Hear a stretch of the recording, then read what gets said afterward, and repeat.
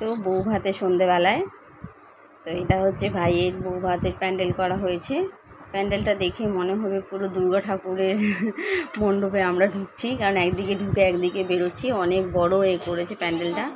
একটা বসার জায়গাটা অনেক বড়, তারপরে খাওয়ার জায়গাটাও গ্রামের দিকে যেহেতু তো জমির উপরে করে, তো সেই জন্য অনেকটা জায়গা জুড়েই আর কি হয়।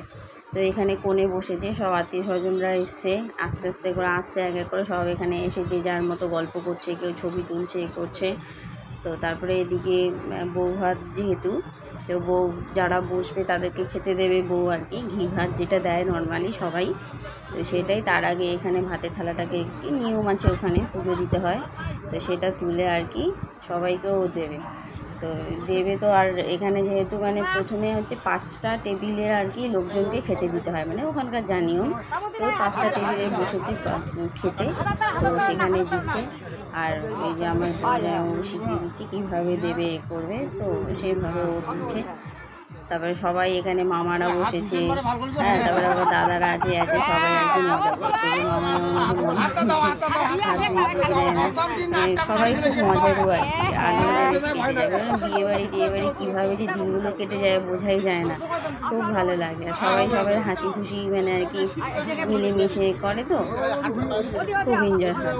তো দিচ্ছেও, এদিকে ভাইকেও দিচ্ছে, ভাইও বসেছে, তো বসতে হয়, তারপরে এও বসবে। তো এখানে সব দিচ্ছে, ওদিকে আমার বাবা বসেছে, এদিকে পাড়ার সব মামারা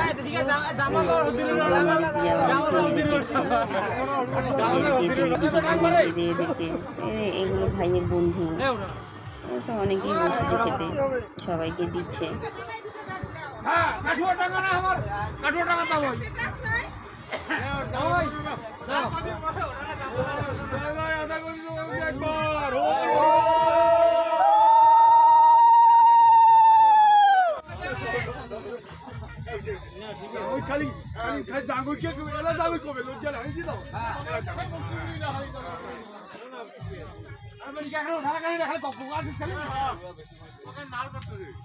তো এখানে হচ্ছে ডিজে নাচ, আমার ভাই ডিজে করেছিল, কিন্তু বলার বিষয় হচ্ছে আমরাই নাচতে পারিনি।